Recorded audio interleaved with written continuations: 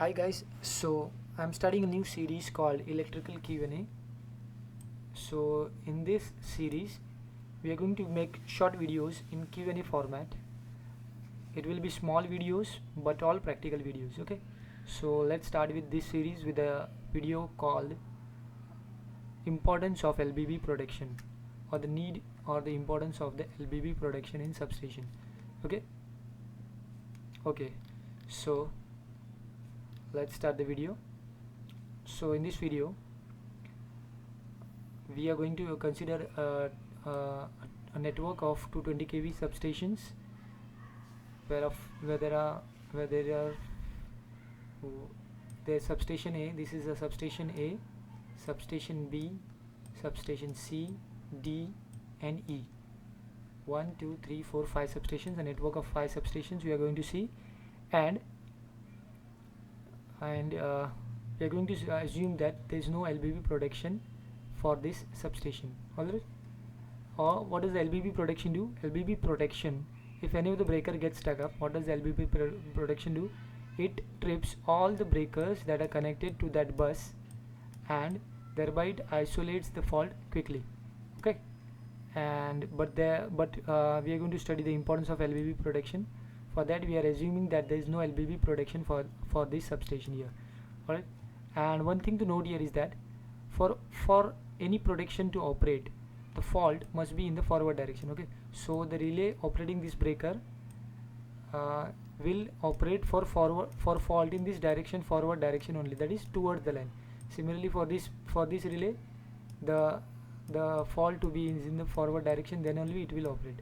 Okay, similarly for transformer, the relay operates for the fault towards the transformer. Okay, similarly for this relay, the relay will operate towards the transformer. Alright, so one second, I'll just okay, so let's say there's a fault F1 on the line. Let's say there's a fault F1 on the line.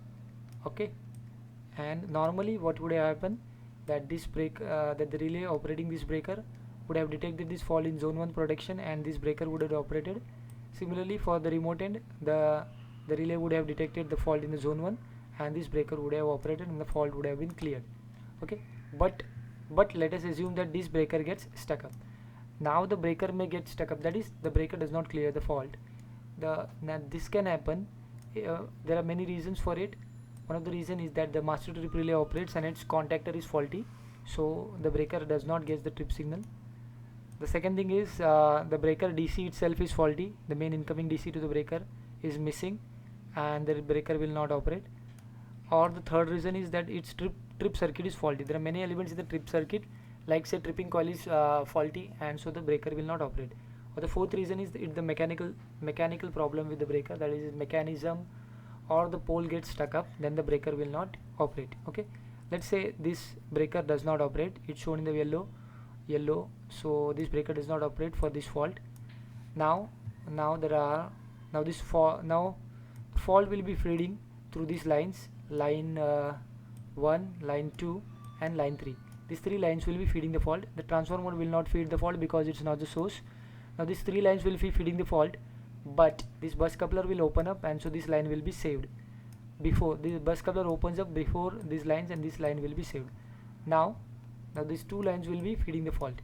Okay, so this breaker will not operate because it is seeing the fault in the reverse direction, because this fault is in the reverse direction for these breakers, so for these relays, and so this breaker will not operate. For these breakers it is in the forward direction fault, so these breakers will operate, but remote end breakers will operate, but they will operate in zone 2 backup or zone 3, whose timing is much higher. Okay, so if there was an LBB protection, it would have tripped in about 250 milliseconds, but since these remote end breakers are operating on zone 2 backup or zone 3, so their timing is much high, that is in the range of 400 to 700 milliseconds, so which is not desirable to keep this fault for this longer duration. The equipments or the conductor may get snapped, or the equipment may get damaged. Okay, so let's go for this second slide. In this okay, so we have considered this fault on the HV side of the transformer F2. Similarly, this line will feed the fault, this line will feed the fault, and this line will feed the fault, and this line will feed the fault.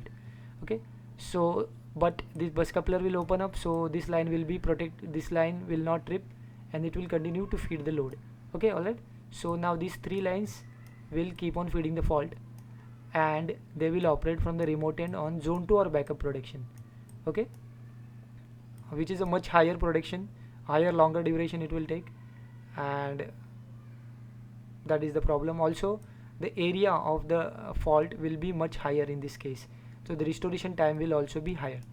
Alright, now we'll see a third kind of fault, that is transformer LV fault, which can prove to be very dangerous for the transformer, because for this fault this line will feed, this line will feed, and this line will feed. These three lines will feed this fault.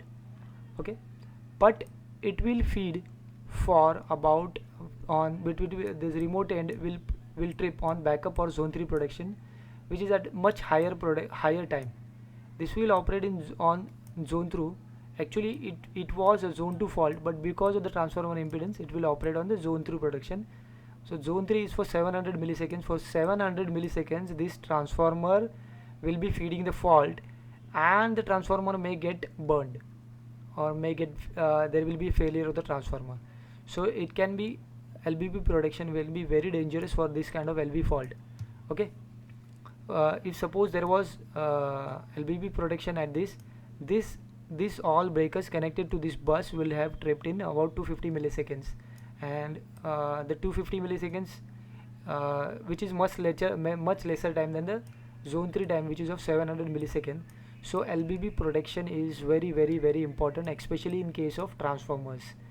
So that was the lecture on importance of the LBB protection. Thank you so much guys. For more such videos, connect me on LinkedIn. I'll give you the LinkedIn my profile in the description. Thank you so much, and please do like, share and subscribe this video. Thank you.